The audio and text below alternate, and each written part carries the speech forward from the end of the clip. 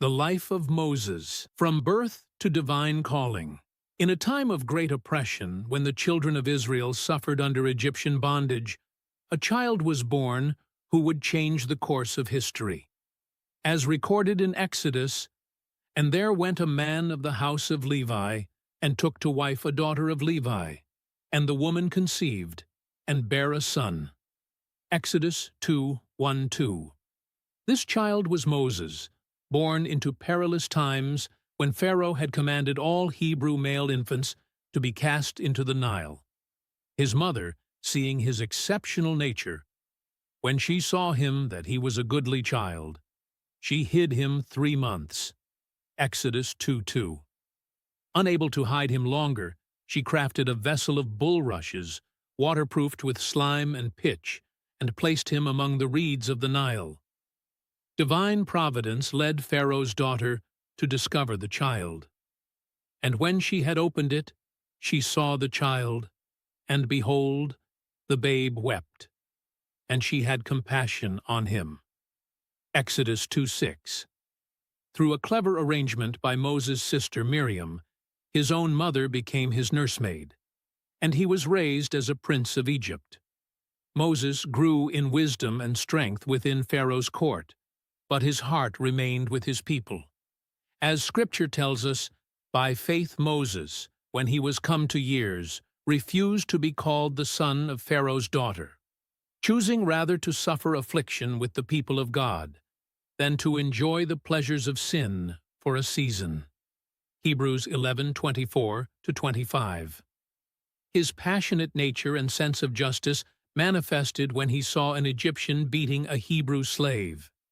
And he looked this way and that way, and when he saw that there was no man, he slew the Egyptian and hid him in the sand. Exodus 2:12. This act forced him to flee Egypt, journeying to Midian, where his life would take a new direction. In Midian, Moses' character as a defender of the weak emerged again when he protected Jethro's 7 daughters from harassing shepherds. This led to his marriage to Zipporah, as written, "And Moses was content to dwell with the man, and he gave Moses Zipporah his daughter." Exodus 2:21. There he lived as a shepherd for 40 years, learning humility and patience in the wilderness. The defining moment of Moses' life came at Mount Horeb, where God appeared in the burning bush. "And the angel of the Lord appeared unto him in a flame of fire out of the midst of a bush. And he looked, and behold, the bush burned with fire, and the bush was not consumed." Exodus 3:2. God's call revealed Moses' humility and initial reluctance. "And Moses said unto God, Who am I, that I should go unto Pharaoh, and that I should bring forth the children of Israel out of Egypt?" Exodus 3:11. Despite his protests of inadequacy, including his speech impediment, God assured him, "Now therefore go, and I will be with thy mouth, and teach thee what thou shalt say." Exodus 4:12.